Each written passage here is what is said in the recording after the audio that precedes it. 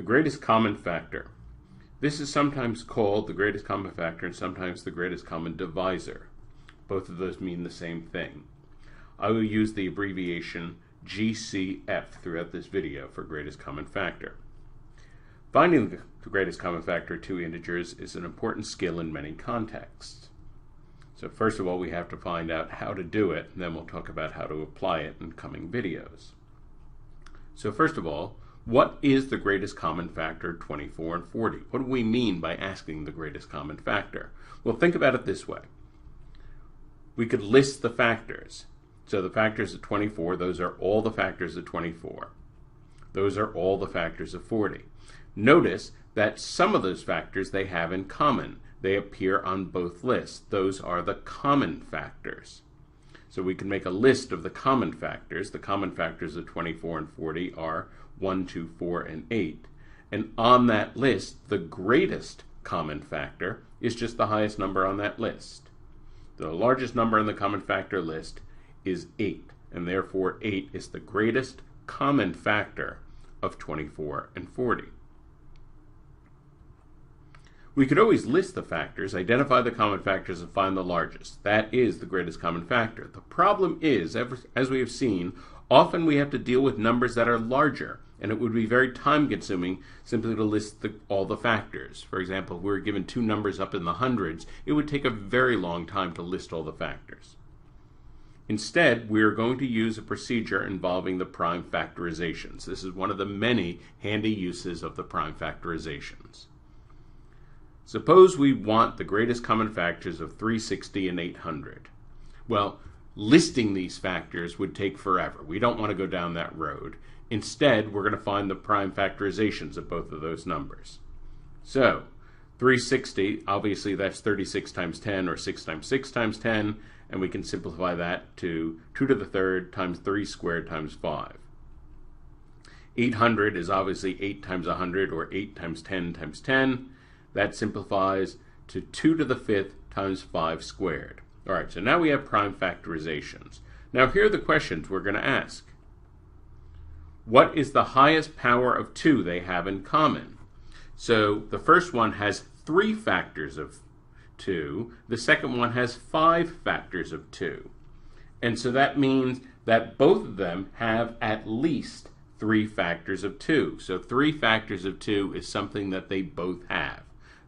Each has at least 3 factors of 2. Similarly, what's the highest power of 3 they have in common?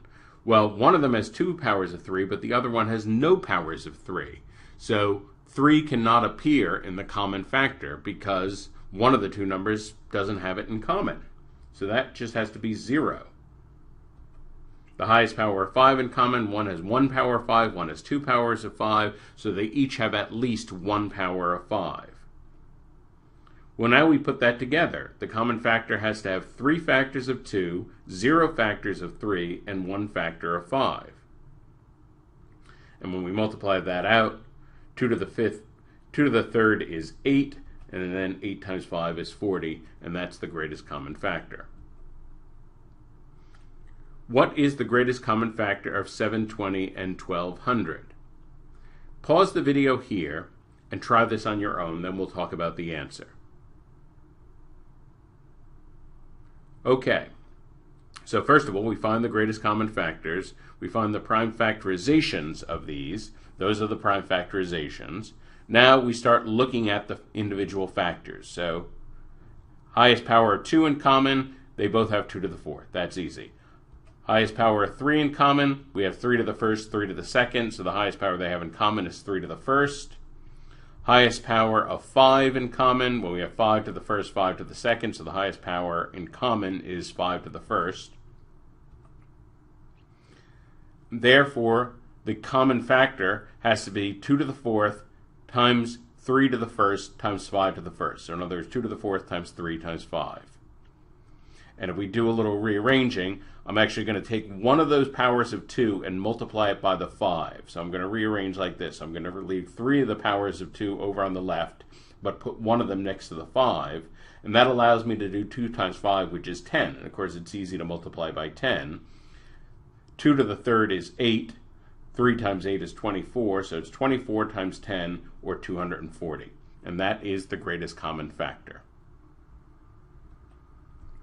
In this video, we talked about what the greatest common factor is. We find the common factors of the number, and of all the common factors, the greatest common factor is the largest number on that common factor list. We talked about how to use the prime factorization of two numbers to find the greatest common factor. And indeed, most of the times when you have to find the greatest common factor on the test, it will be larger numbers, and you will have to use the prime factorization method. Now, we haven't talked at all about why you would want to find the greatest common factor. I'll just point out here, we will talk about the single most important use of the greatest common factor in the next video. We use the greatest common factor to find the least common multiple. So that's coming up in the next video lesson.